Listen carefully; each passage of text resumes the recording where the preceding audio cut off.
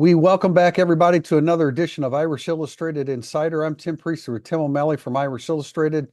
John Bryce of the Football Scoop, also doing work for us at Irish Illustrated. Notre Dame, number 7 seed against Indiana, number 10 seed on Friday, 8 p.m. Eastern time from Notre Dame Stadium.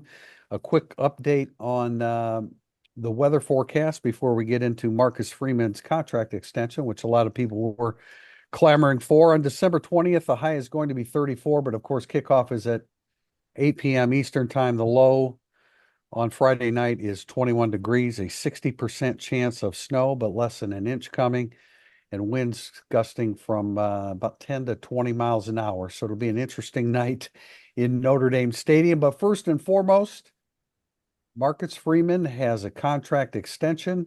He had 3 years left on his contract. It's extended 3 more years, and he gets a bump in pay immediately, doesn't he, JB?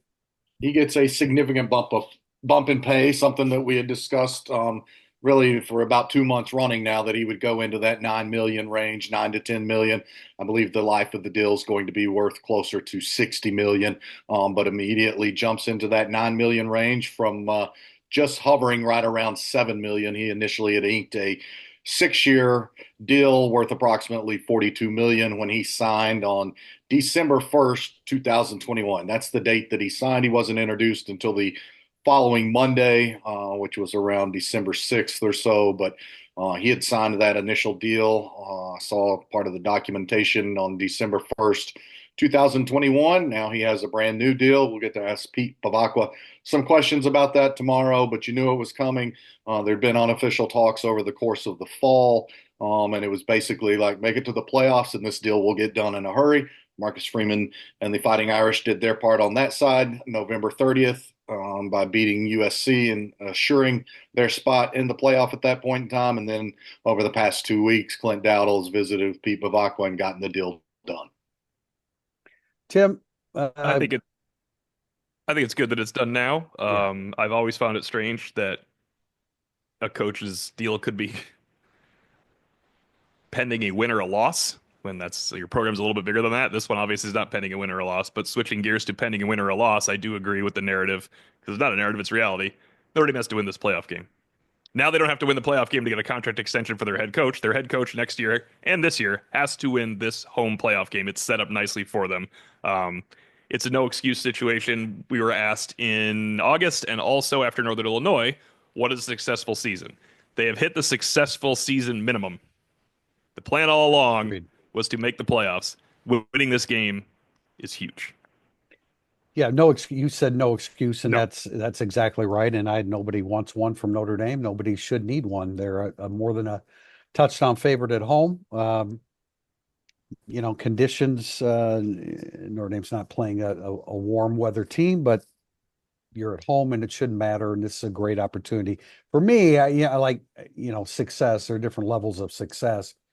I had said they need to win 2 games in the playoffs because we were considering making the playoffs a given, the bare minimum of success. As you look at Georgia as the number 2 seed, don't want to get ahead of ourselves here. Notre Dame has their hands full with the Hoosiers, but you have a damaged Georgia team that has struggled multiple times this season. Number 2, they're probably going to be without their quarterback Carson Beck. So, great situation, Marcus Freeman. We have a question on this in the second segment about the timing of this.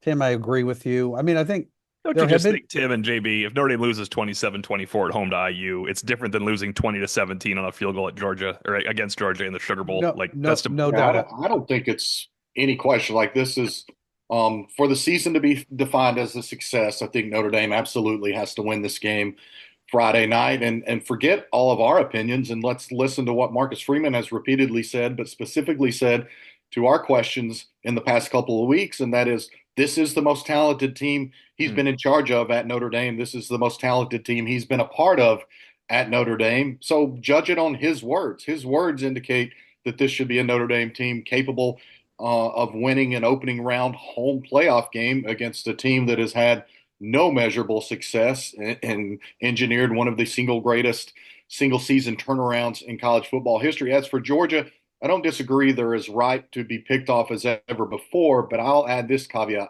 I talked to a college coach yesterday who's been a coordinator in the SEC, a coordinator in the ACC, and he told me point blank he believes Georgia may well be better with Gunnar Stockton moving forward than it would have been with Carson Beck. He thought that Carson Beck was a real had gotten inside of his own head, and the turnovers were somewhat manifesting themselves. So I did find that very interesting that this guy who has no direct ties to the Georgia program made it clear when we were talking about potential national champions and things of that nature that he believes Georgia may be better without Carson Beck.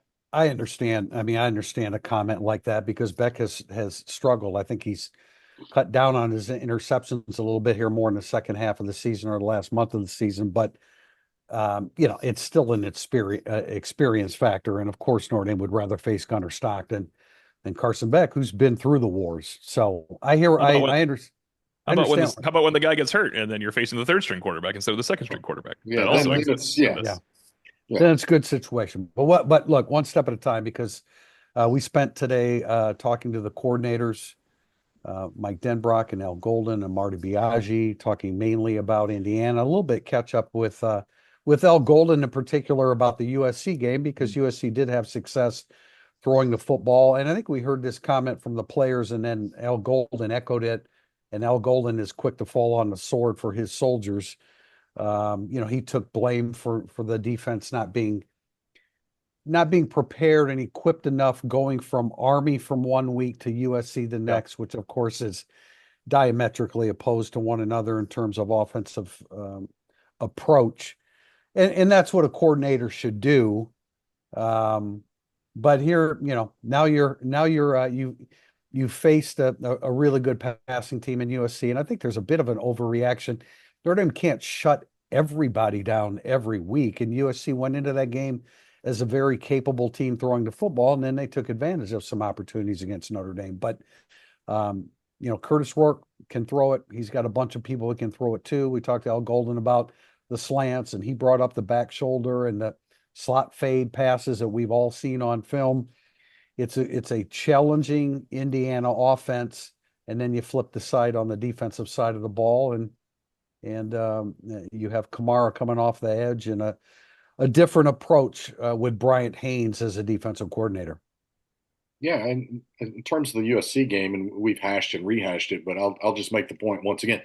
USC was finally a game that had players that would start for Notre Dame. Specifically on the offensive side of the ball, USC had players that would start for Notre Dame, but I was there for a lot of Al Golden's comments today, and we all took turns asking him various questions along those lines. I loved the fact that he said, I've got to do a better job of giving them more change-ups. I didn't give them enough equipment or enough in their arsenal to combat some of the things that USC was doing. And Al didn't mind being specific when we followed up with some questions like, okay, Al, you said you needed to coach better, you needed to prepare better. Well, what specifically did you need to do? And he told us he should have supplied more variables for them. And I like this coaching staff on any given week, but I especially like this coaching staff with extended time to prepare.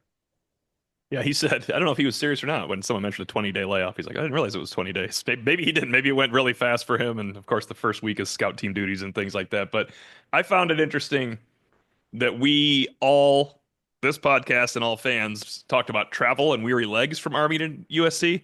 And no one talked about the thing that probably bothers Al Golden the most is it's 100% different defensive approach in a 1 week swing. They were prepared for Army easily because they had done it for Navy. It was like a switchback.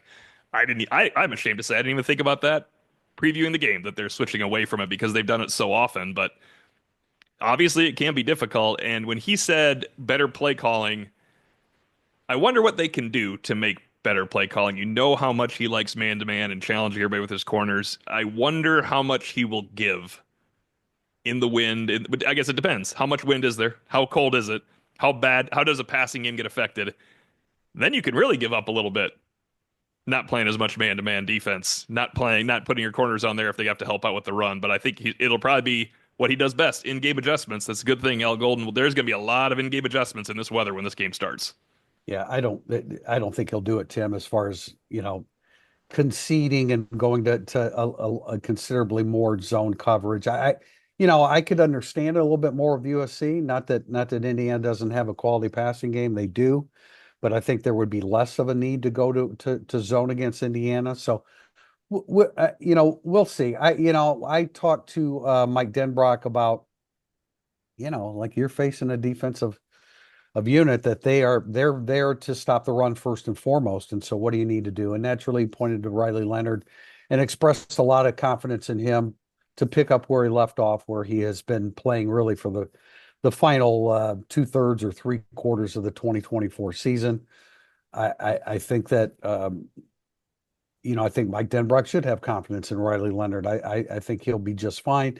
The weather conditions, I still think that you can, what we said, I said 60% chance of snow, but there isn't going to be much accumulation. I think the wind is the biggest thing, and 10 to 20, if it's closer to 10, is not that much of a factor. And I think most, by and large, both passing games should be able to remain intact against the opposing defense. I'm not predicting any weather until Thursday afternoon or Thursday night. Fair enough. Yeah. Fair enough. I could see some weird stuff happening. I think, Tim, and the snow coming down, I don't think it has to accumulate. I think it has to get the field wet. And then it's a little bit different situation for people Yeah. trying. But, I mean, hey, Notre Dame's played in it. Jack Kaiser talked about playing in it. He just said the one thing that was really bad once when he was in the playoffs at against Triton. The wind was so bad that they all taped their ears inside their helmets because the wind was whipping through it and no one could concentrate or think about anything. So these helmets are probably a little nicer than the ones they used to have back at Jack's high school. I coached against Triton. Well, apparently it was a very bad situation in that weather conditions for the evening state playoffs for Jack Kaiser. And this must have been back in like 2004 because he's been here a while. Yeah, no doubt. Well, we were given an opportunity to see a little bit of practice, mostly, partially stretching, a little bit of throwing the football around and some defense. But guys, I'll turn it over to you. Everybody had eyes on Jeremiah Love, who had a sleeve, I guess a pad from his knee up to his thigh, leading into his I guess they were in shorts, but and Howard Cross the third back in action. Tim, you had an interesting exchange with Al Golden regarding Howard Cross the third and how much activity he would be counting on from him this Friday. All of the activity. That's what he's counting on. There will be there's no limitations on Howard Cross. I was actually asking how they were working him back in practice to prepare to play the whole game, but all that matters is it appears he will be playing the whole game. Al Golden said, I don't need him next to me at all. I think the other news, Charles Jagasa practicing a little bit. We talked to Denbrock about that. He's like, he wants to get out and do whatever he can, whatever the medical crew can allow him to do. So that's good news for the spring that Jagasa would actually be on a field. It can't be, you can let him, you don't let him in uniform at this point. There'd be no reason to. So that's good news for Jagasa. I hadn't thought about that. Yeah, and Jeremiah Love should wear a sleeve. He injured his knee 3 weeks ago. Oh yeah, no, there's no reason to leave anything to chance getting bumped or nudged on the practice field. I'm sure that the contact will be rather limited. He's taken a lot of contact this year. JB, what from an injury standpoint, what did you see that of note? Well, not even 3 weeks on Jeremiah Love, 16 days, 16 days on Jeremiah Love's injury. And I noticed, like others, that he had sort of a wrap on it, whatever that was, under his tights there on his right knee, but it makes all the sense in the world because you want to treat him as the precious cargo that he is, the precious commodity that he is. And it was misting and a little moist out there on the practice fields beside the IAC, and they were going outside today. The other thing that stood out to me, you said we got to see some stretching and some throwing of footballs. We didn't see C.J. Carr throwing the football, not of note. He threw 10-yard warm-up passes with Gino Gaduli, and then as soon as they went into route tree or past Skelly, he stood to the wayside or he faked taking handoffs as the tailback in formation and peeled off while all of the other quarterbacks threw the football. So they've downplayed the significance of C.J. Carr's injury, but look, the fact of the matter is he was injured in practice the Thursday before the Louisville game. I believe that Louisville game was the 29th, so that means September 27th is approximately when he was injured. We're closing in on 3 months, a quarter of the year since that injury, and he's not throwing the football of note. I think that's very significant. I didn't think, we all saw him throwing like 15 yards, 12, 15 yards. I didn't it didn't look to me like his throwing motion was inhibited in any way. But when Was they he throwing st to? Was he just throwing to quarterbacks? I did go look at the defense a little he bit. Was was, He only yes, he threw was just throwing to quarterbacks. Yeah. okay. And then when they stretched it out and ran some out routes to the sideline, what would you say? 25 yards or so. he once they were throwing even 15-yard cut-ins, he was not doing that. Yeah. He did not Right. participate in the No, 15-yard cut-ins, and then certainly didn't throw the out routes. yeah, everything he threw was to the quarterbacks. And again, I didn't feel like that looked inhibited. Maybe they're being ultra cautious. Maybe there's more to it than that. We have questions, continued questions. Again, Marcus Freeman yesterday tripled down. We're beyond double down, right? Tripled down on the fact that they would not be, um, you know, signing a quarterback in the transfer portal. Actually, our very astute message board noted he tripled down or doubled down. I'm not kidding on not signing a 1-year rental quarterback in the transfer portal. Fair enough. It was really good. I did not think about that an The instant amount. question was about Yes. 1-year rentals and Yeah. getting them acclimated, et cetera, et cetera. We obviously have questions on Indiana in the second segment. Is there anything, guys, that you want to bring up? I did in talking to Mike Denbrock, I brought up Mikal Kamara, their defensive end, and he quickly pointed out that it's not just him that is good along the defensive line. And I would agree with him. CJ West and James Carpenter. I think early on when I started watching Indiana, I thought, you know what, there's some inroads there in the middle of their defensive line, but it's good, man. They've been good. Now they haven't faced really quality offenses. There's no doubt about that. But I think their interior guys, especially their nose tackle number 8, CJ West, has been stout. I don't know. In my opinion, they don't have a complement at defensive end anywhere close to what Kamara is, but those two interior guys, Carpenter and West, will be a challenge for Pat Coogan and the inside guys. Yeah, and I think the IU defensive coordinator, Brian Haynes, is one of the top young coaches in all of college football. I think that IU is actually working on a pretty lucrative contract extension for him. He had been Ball State's top target, their overwhelming top target. He's a former Ball State standout. I think he might have even, I know he earned all conference honors there. He might have had some sort of All-American honors while he was at Ball State. But Haynes does a really, really nice job. Kind of reminds me of a younger version of Al Golden, to be honest. I have two tidbits from practice still. You mentioned the interior line. I saw Rocco Spindler working with Aeneas Williams and Jadarian Price, giving them tips in pass protection. Actually, after practice, I thought that was kind of cool to see. I mean, that's Aeneas Williams' job, and I think we all have been. I have been very critical of Jadarian Price in pass protection because if you have guns like that and a body like that, it's not about your strength. It's about working on your technique and sticking your nose in there because that dude is rocked up, as Charlie Weiss would say. That's what Jeremiah. We were talking to Jeremiah Love yesterday Yeah, he was being kind. About pass blocking. He's just like, it's just technique, and then you block. Yeah. But he was does being kind too to well. He was. Jadarian. No, I know, but he does. Jeremiah Love himself does. He makes it look really easy. He does. Yeah, and Aeneas Williams is great at it as an 18-year-old. Yeah, I think it was JB. Go ahead, Tim.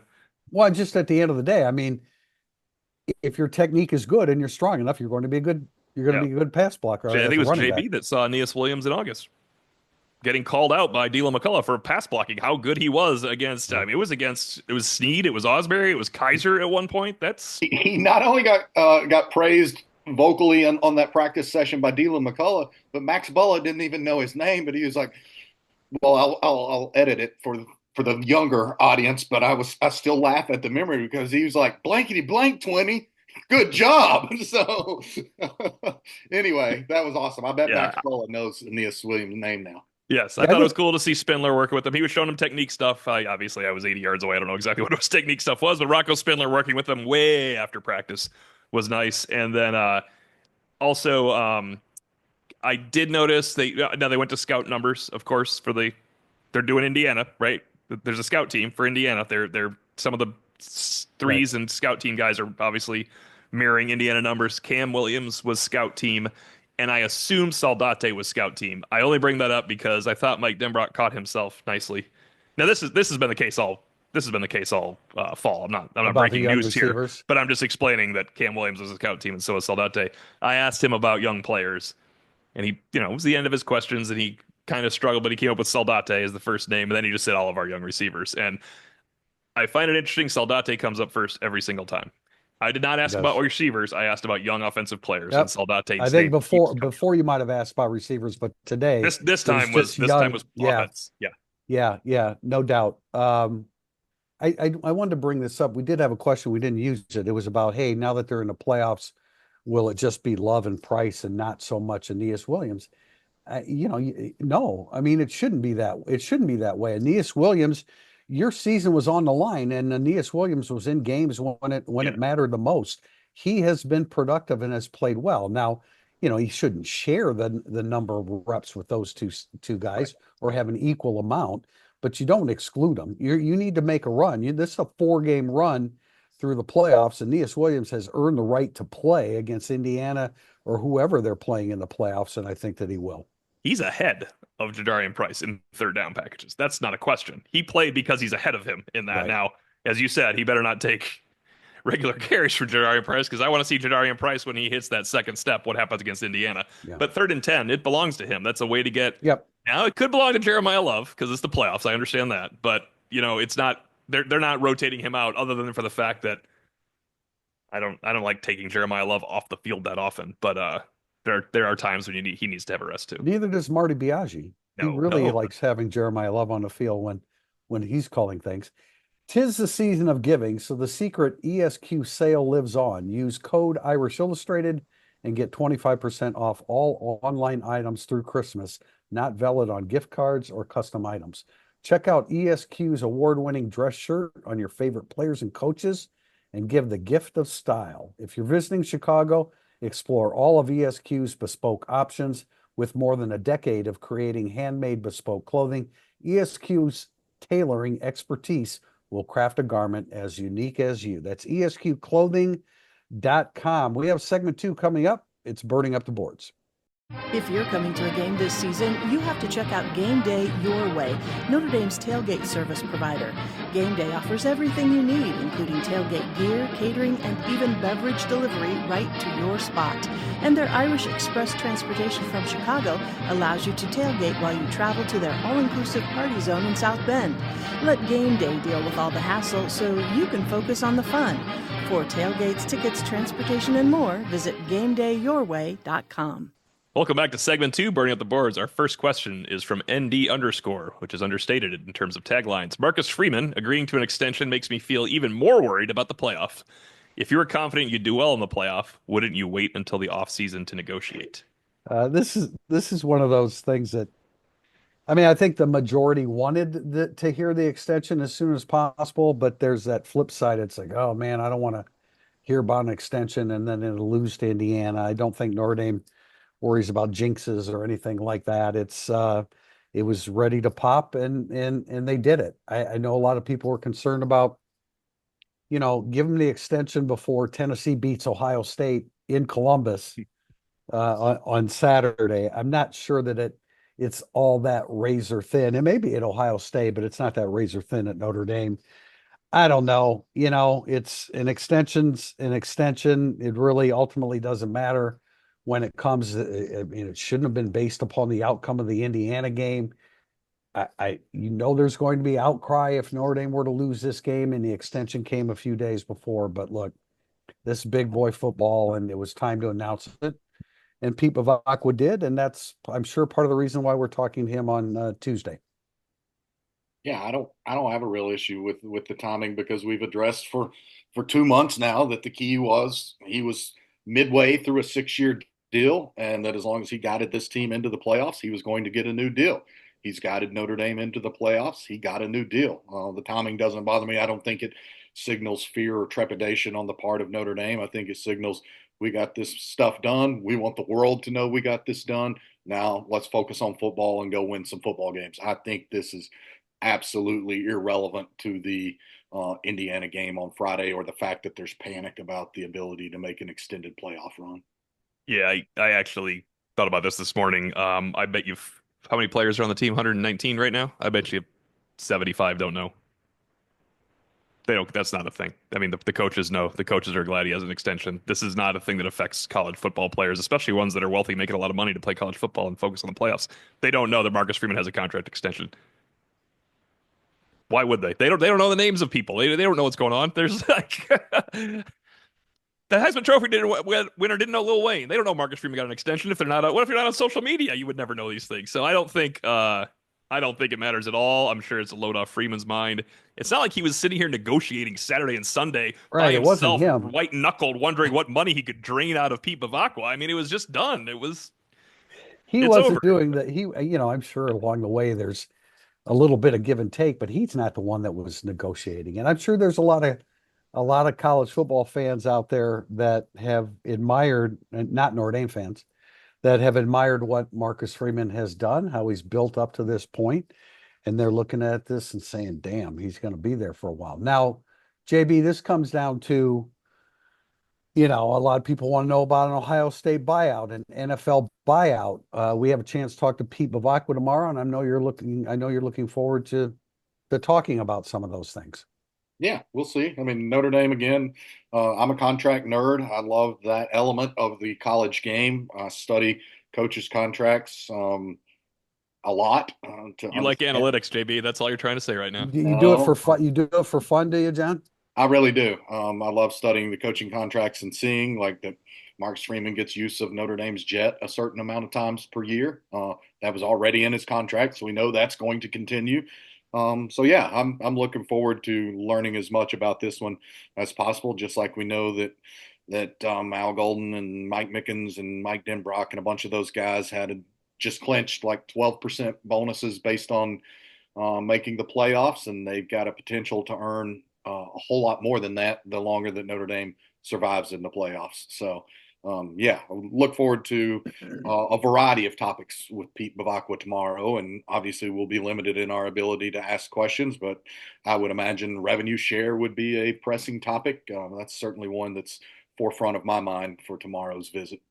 I have two questions for JB because Tim Priester knows the answer to the second one. The first one is if Marcus Freeman doesn't get to use the jet all the time, who gets to use that jet? Because I would assume Marcus Freeman should have carte blanche to go pick up all his 5 stars everywhere he wants in the country. And number two, JB, since you're a math nerd, if you're up 11 against Northwestern at home in Notre Dame Stadium, would you kick the extra point to go up 12 or try to go up 13 for no reason whatsoever? I'll hang up and listen.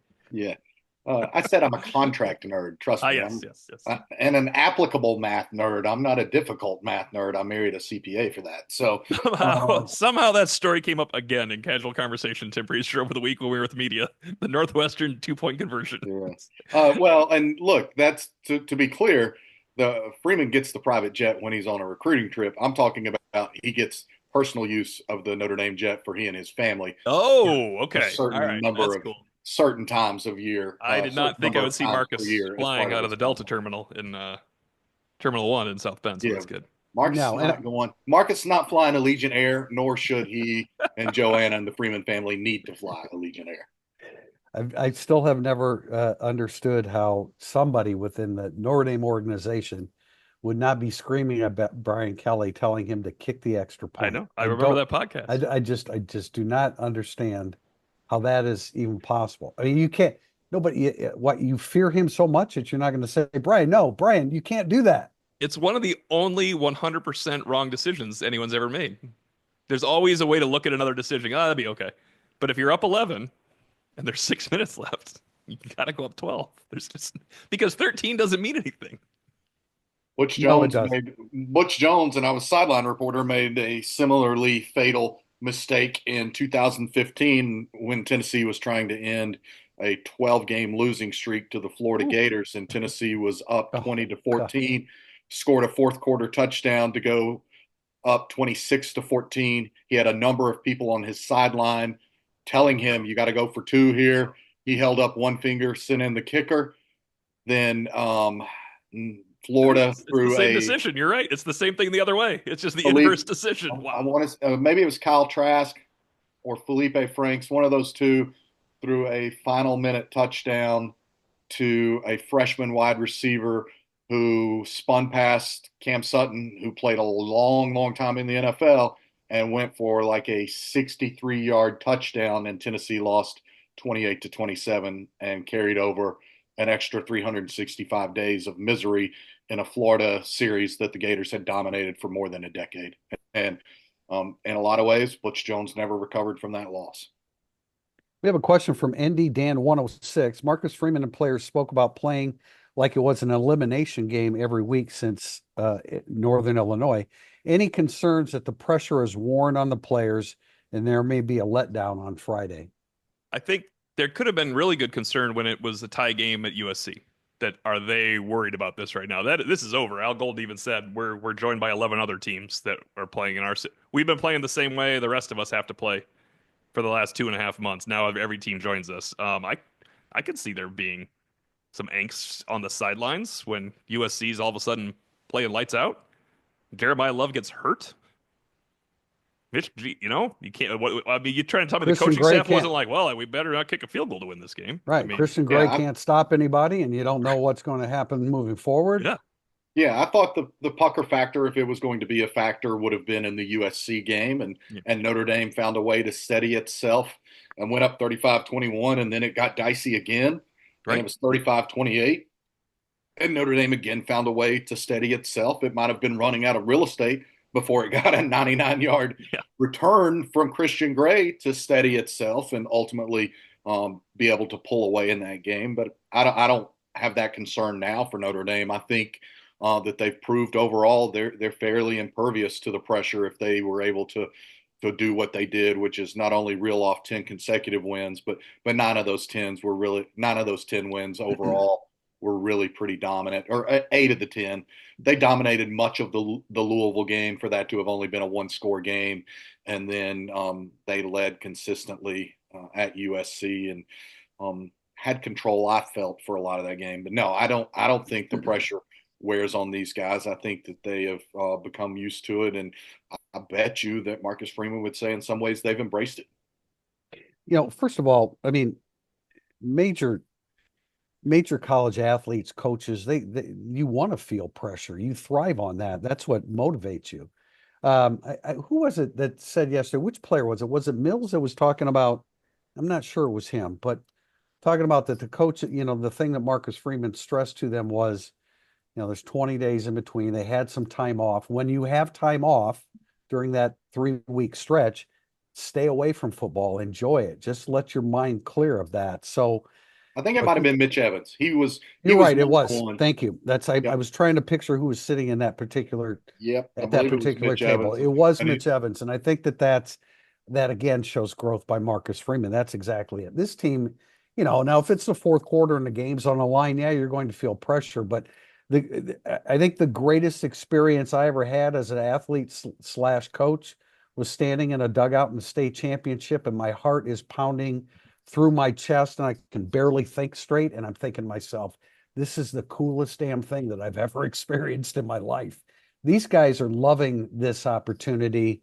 The game's on the line in the fourth quarter. Yeah, you're going to feel a little bit jitters, but this team is conditioned to go for it. And I think that's what they'll do. I'm not concerned about that in the least at this point. Next question from MMB4. Discuss the importance of each to an Irish victory. Also rank which one is the most needed. The defensive interior with Mills and Cross together again as starter reps with Rubio and Heinisch in reserve, offensive line dominance, or all special teams? JB, go ahead. That's a really good question. Who'd you say that was from? I don't have my MMB4. Is that code for someone you know back in the Knoxville days, or so? No, MMB4. It is a good question. No, I don't know, but I wanted to shout out that user. So Go. really good question.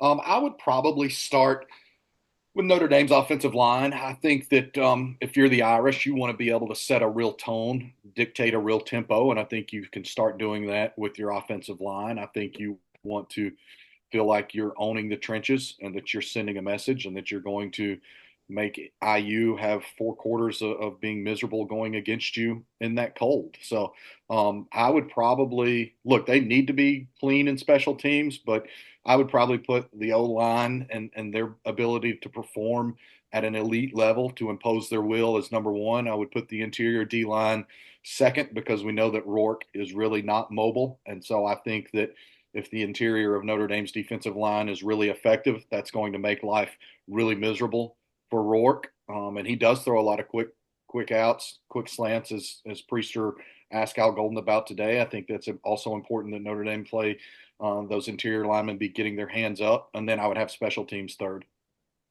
I think offensive line is the most important of this, because I think that's probably the one where it's like not really sure which way this goes because of the people that I mentioned, because of Kamara, because of Carpenter and West on the interior. We like the development of Notre Dame's offensive line, but they're number one. Indiana's number one in the country, and fewest amounts of allowed rushing per game, 2.47 or 6 per carry. I think that is the greatest challenge. The one I think I feel the best about is now having Mills or having Crossback with Mills, and then the development, of Rubio and Heinisch in particular behind them. I think that's the one that you feel the most secure about. And then we didn't mention this. We did see Mitch Jeter attempt 6 field goals today. He drilled 4 of them, 1 hit an upright, and the other one he pulled left from 40 yards. So he kicked it well. He looked comfortable, but he did miss 2 out of the 6 that he attempted. The ones he hit, he drilled. But I guess special teams, outside of the kicking situation, there's so many other aspects of special teams. Outside of the kicking situations, I feel good about Marty Biagi's special teams going into this game. And one quick thing on the IU rush defense, and look, they didn't make their schedule, so it's not all their fault. But as I sit here and look at the national rushing leaders, the team rushing leaders in college football, I don't think that IU faced any top 40 rushing attack. No, I listed a bunch of them a couple of weeks ago, John. I mean, there's no doubt that they have built numbers. They're good. There's no doubt about they're good up front, but they've done it against teams that just were not very good offensively, especially running the ball. Yeah, I don't see as I continue looking here. Now I'm amusing. Of course, Ohio State being the exception. Yeah, but yeah, like Michigan, as much as Michigan is run reliant, is just the number 69 rushing offense in the country, and I don't think Ohio State ranked. Ohio State has some great running backs, but they've had issues on their offensive line all year as well. So yeah, as I look, I don't think they faced a top 50 rushing offense. With special teams for one game, it's do no harm to win a game. Yeah, no, that's right. Yeah, don't get beat. At least play it even. But Notre Dame's not losing with the offensive line playing well.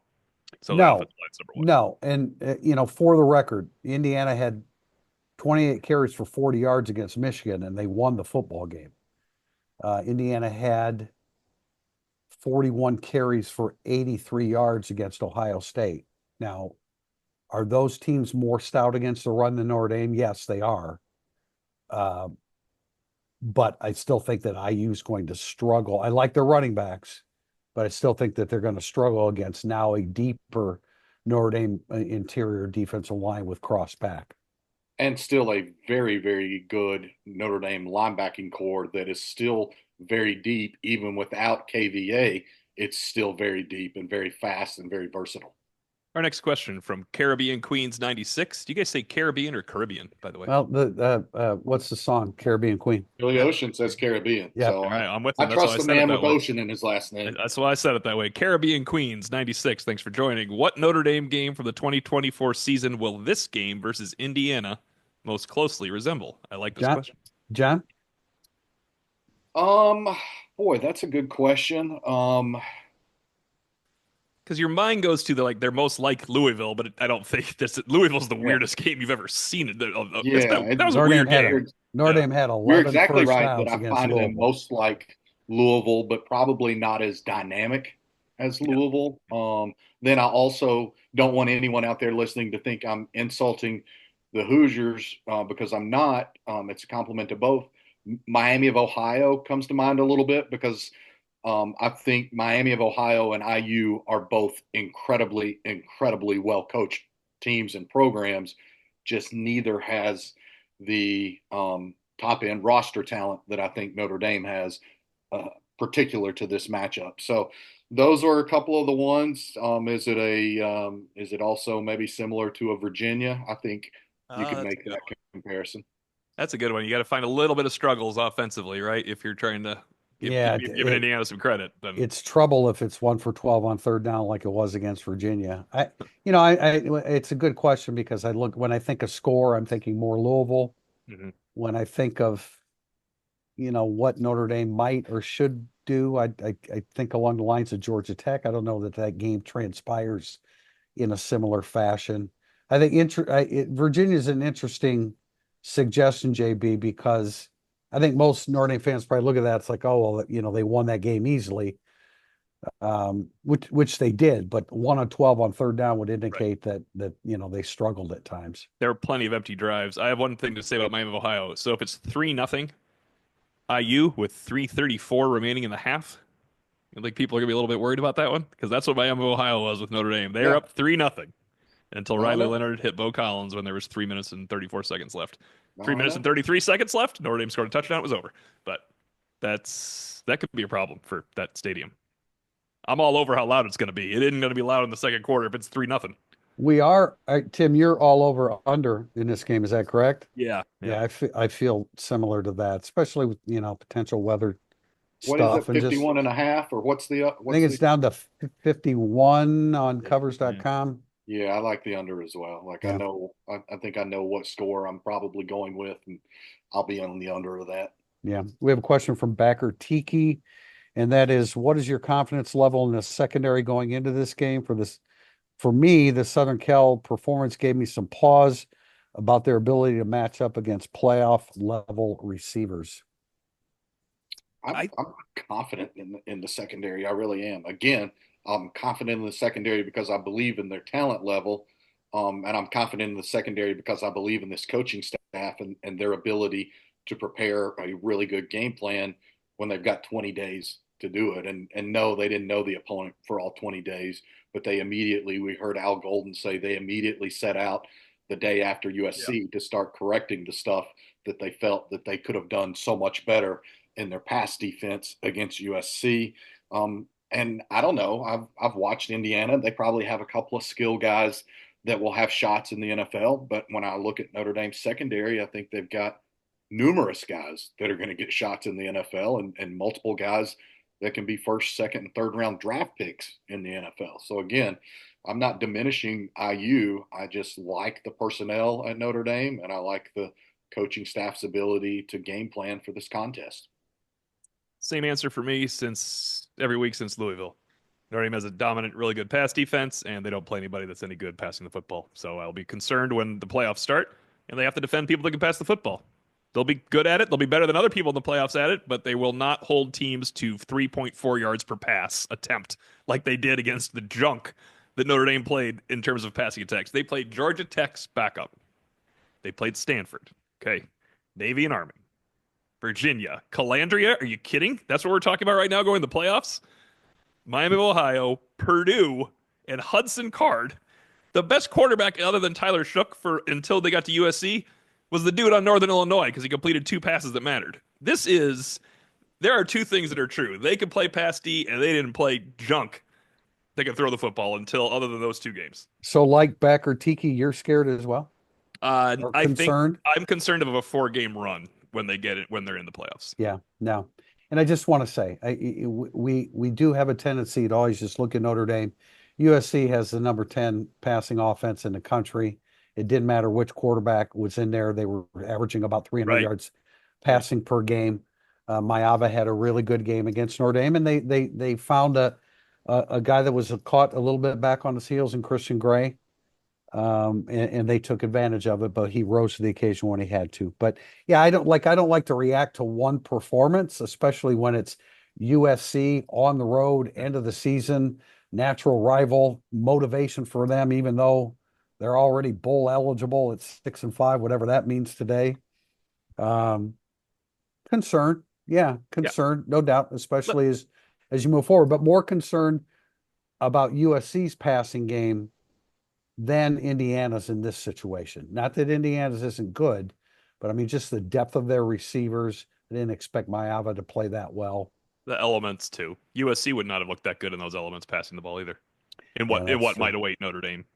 It's Yeah. 21 degrees. USC's receivers are running around there with impunity on Christian Gray. I don't think that's happening either. I think the passing games are going to struggle due to the cold and somewhat wet field.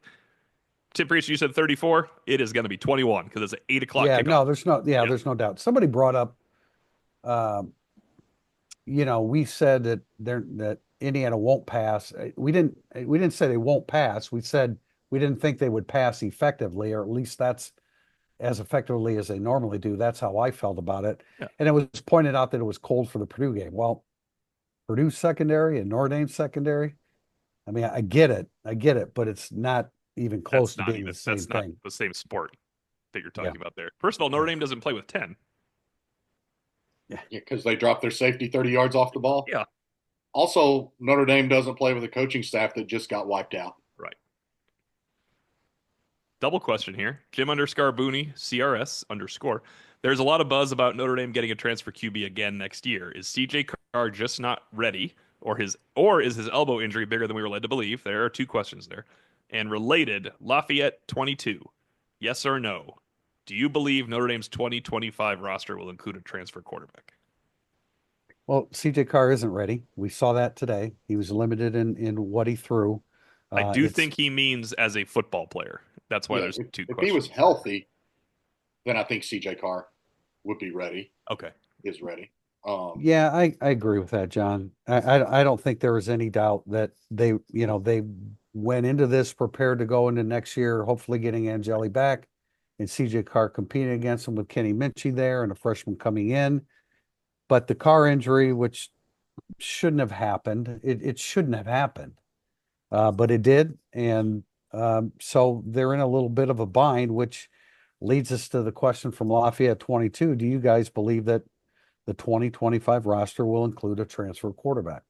I think it hinges on the health of CJ Carr's elbow and what the medical prognosis continues to be and what his medical trajectory is, and we're not privy to those. So if CJ Carr is 100% healthy and is going to be a full go for spring practice, then I don't think Notre Dame feels like it has to dive into the portal with the four guys it has on campus right now. But there's variables that make it almost impossible to give a fair answer to what is a very fair question, or very, very fair tandem of questions there to ask, because recent history has been Notre Dame goes straight to the portal. Now, Marcus Freeman yesterday said we're at a point where we're not worrying about that anymore in our program.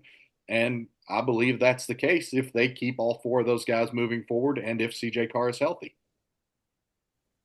I think they'll have a portal quarterback. I don't think they're keeping all three of those Yeah, guys. I mean, you're going to keep your freshman. You're going to keep injured CJ Carr. I don't think they're keeping both Minchie and Angeli.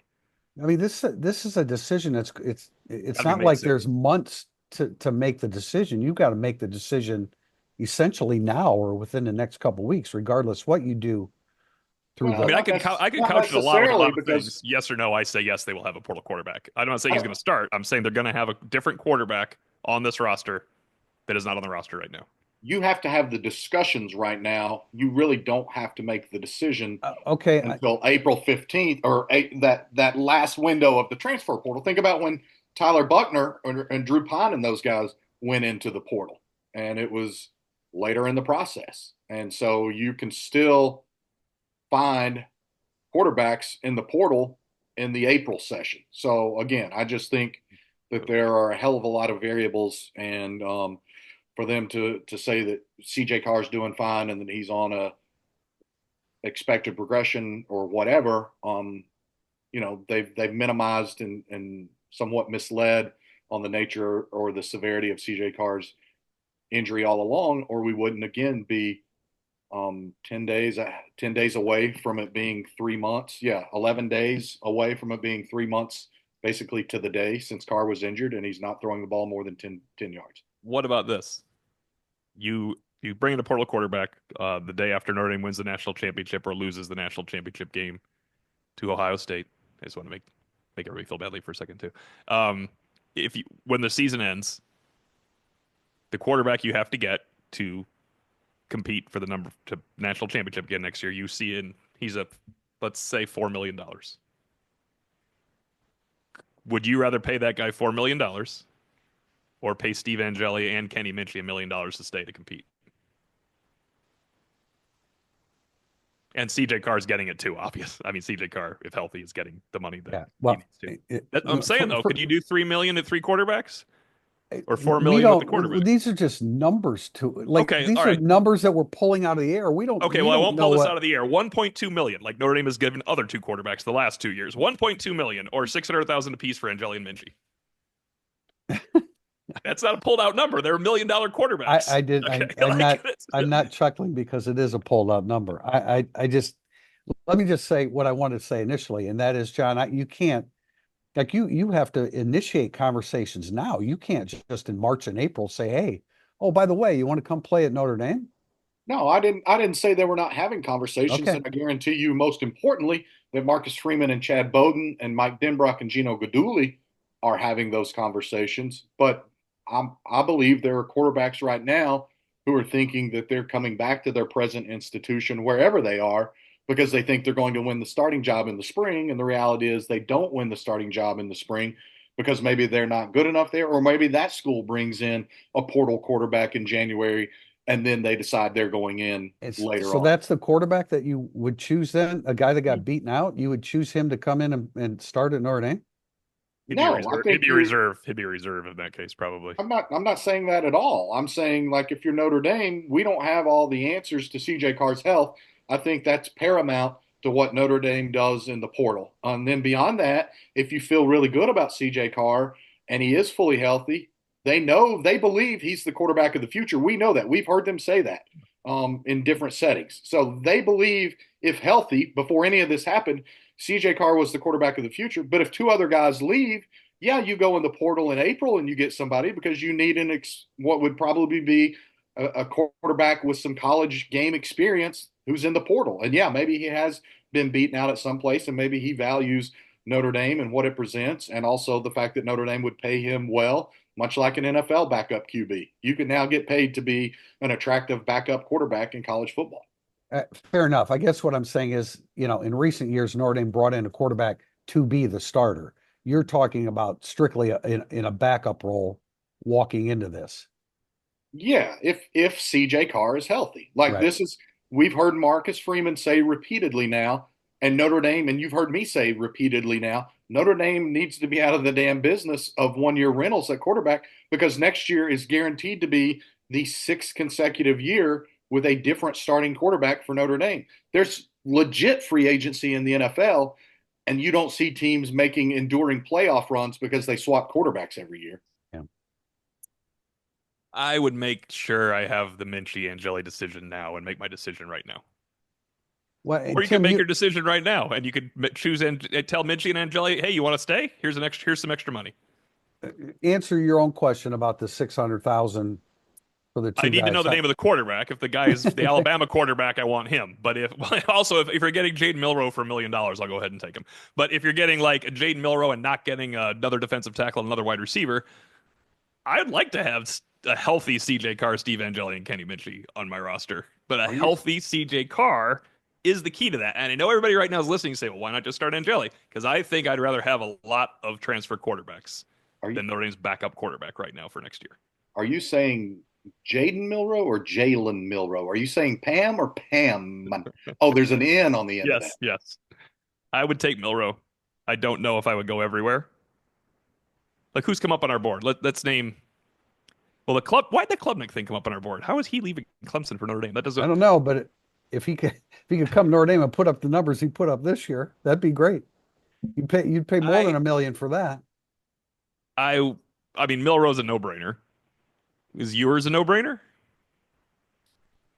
It's not your money. It's not your money. I understand that. But let's pretend the money affects other things. How's that? The money has to in some way affect something else, right?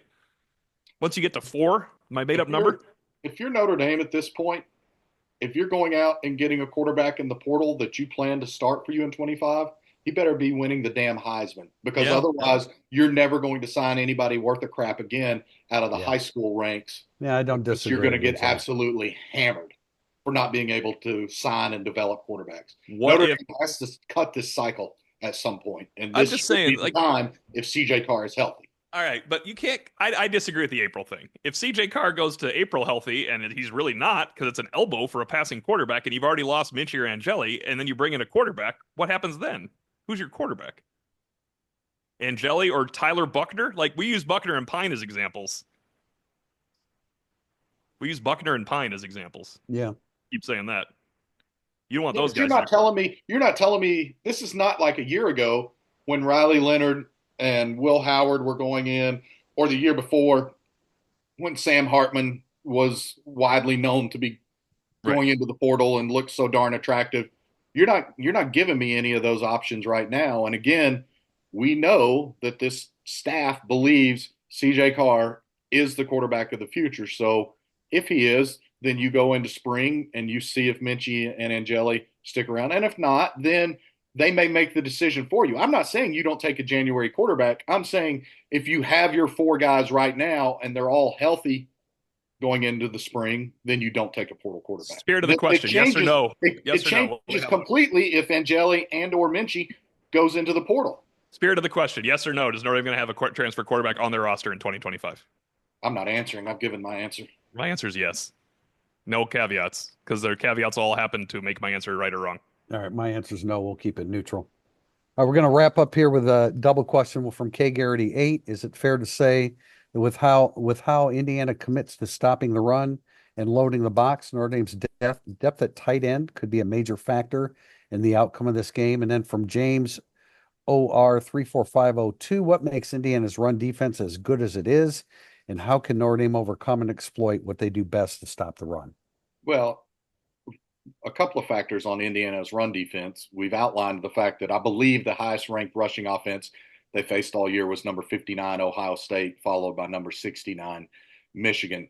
Indiana has also dominated opponents all year long, so nobody has really had a chance to establish a run game against Indiana because they've been behind 2 and 3 touchdowns to Indiana's credit, and therefore you can't really commit to your run game when you're down 21 to nothing in the second quarter. Yeah, I love the Notre Dame tight end matchup in this game. I especially love Mitch Evans. I don't think IU's linebackers, they're nice. They're well coached. They do a lot of good things. But if I see Mitch Evans in the seam against an IU backer, I'm absolutely loving that matchup. Evans is Evans is all the way back now. And when I saw Evans in the seam against Ohio State's backers last year, I was loving that matchup. So if Mitchell Evans is healthy, that's where I'm going as much as humanly possible. If we don't need to take questions about wide receivers, if he's ready to go. Yeah, no, I love that matchup. I like Indiana's nickel number 12, Terry Jones Jr., but he's mainly he's most effective on the line of scrimmage and rushing the quarterback. If that's a matchup with Mitchell Evans, I love that matchup for Notre Dame. I think they can exploit that. And then once you exploit that, then that opens some things up for your wideouts. But again, catch the football. There are no excuses, Bo Collins. You got to catch the football. There are no excuses, Jordan Faison. You have to catch the football, and that was in way better conditions than what they're going to be facing on Friday. But no, I very much like the matchup against Evans against the Indiana defense. And Denbrock was talking about they use a variety of zones and throw in a little bit of man. We feel good about, remember when we were talking about Notre Dame USC, we feel good about Notre Dame's matchup against zone defenses. We talk about all these, it all comes down to Riley Leonard being the trigger man, the delivery man that he needs to be. Tried to ask Jeremiah Love about IU's unique way of attacking scrimmage, and I think he just plans to run like he normally does. That's my update. Yeah, it's like when I can run around a guy, I run around him. If I have to run him through, over, I through. run him over. We were talking about in high school. I didn't have to run him over. I ran around him. He didn't quite make it that simple, but that's essentially what he was saying. And we've seen him do exactly what he said he would do. I'm fine with him not thinking too much when he's running around or through people. There's no problem there. Yeah. All right, we're going to wrap up this edition of Irish Illustrated Insider because of the timing of the game. We'll be back on Wednesday. We expect Pete Sampson of The Athletic to join us. We'll be making our predictions of the game then. And until then, I'm Tim Priester with Tim O'Malley and John Bryce, the celebrating John Bryce in Christmas mood. Thanks for joining us. This has been Irish Illustrated Insider.